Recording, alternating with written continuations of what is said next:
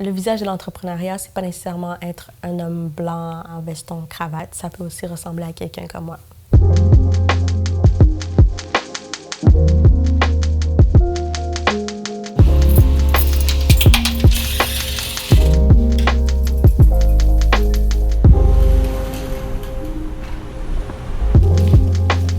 J'ai fondé la librairie Racine lorsque j'étais enceinte de mon petit garçon. C'est une librairie qui met de l'avant les artistes issus des communautés culturelles.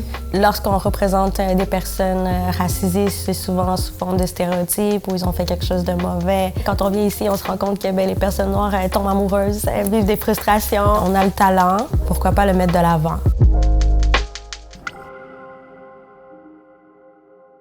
Allô, ça va et toi? J'ai un livre pour toi. Ce qui m'a surpris quand j'ai décidé d'ouvrir Racine, c'est à quel point je recevais des messages haineux. C'est pas la chose la plus radicale que j'ai faite, là, ouvrir une librairie. On n'exclut personne. Même si vous êtes une personne blanche, vous pouvez quand même venir chercher un livre de cuisine ou lire sur d'autres réalités qui sont pas nécessairement proches de vous. Arrêtez d'être fragile. Venez vous chercher des bons livres.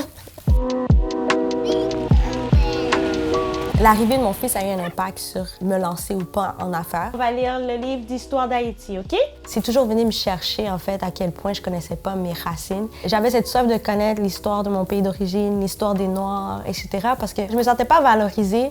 Puis je voulais savoir d'où je viens parce qu'on me disait toujours d'y retourner, mais je savais pas vraiment c'était où, c'était comment, etc. Je vais vous raconter un petit bout d'histoire d'un petit bout de pays peu connu. Puis je veux que mon fils puis mes enfants puissent vivre dans un monde où ils se sentent importants.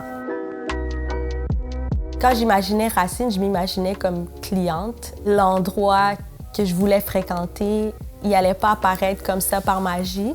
Racine va toujours être un endroit extraordinaire, mais j'aimerais que le concept ne le soit pas autant. Ça ne devrait pas être aussi surprenant qu'un endroit dédié à la culture soit diversifié.